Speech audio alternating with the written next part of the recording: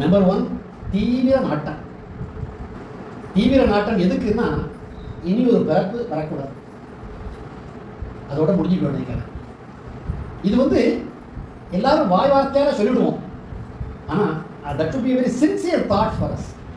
ரொம்ப இறுக்கி பிடிச்சிக்கணும். எனக்கு அடுத்த ஜென்மம் வரக்கூடாதுங்கிறது தான் என்னுடைய ஒரே குறிக்கோள். அந்த தீவிர நாட்டம் தேவை. அப்போ தான் இந்த ஆன்ம விசாரத்துக்குள்ள நம்ம போக முடியும்.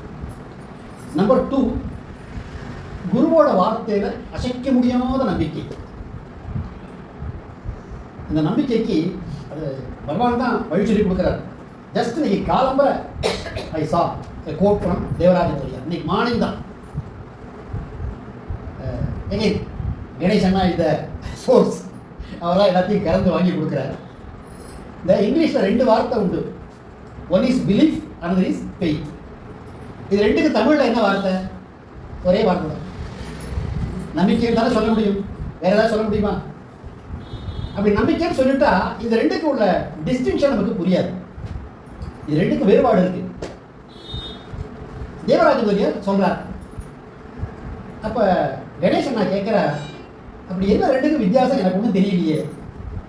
அப்ப தேவராஜ மொழியார் சொல்றார், பிலீஃப்னா அங்க உன்னுடைய புத்தி செயல்படுகிறது.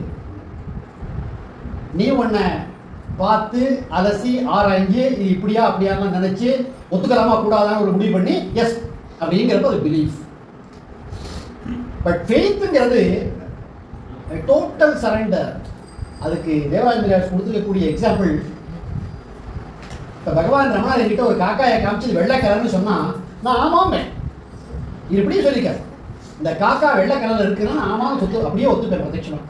இது காக்காயாச்சே, காக்கா எப்பவுமே கருப்பு ரத்து தான் இருக்கும், வேற எங்கேயுமே இப்படி ஒரு அர்த்தம் இது கிடையாது.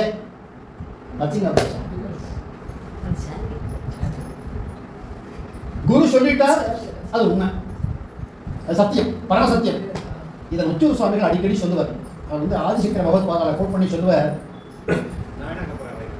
உனக்கு உள்ளதான் பகவான் இருக்கார், ஆத்மா இருக்குங்கிறத குரு சொல்றார்.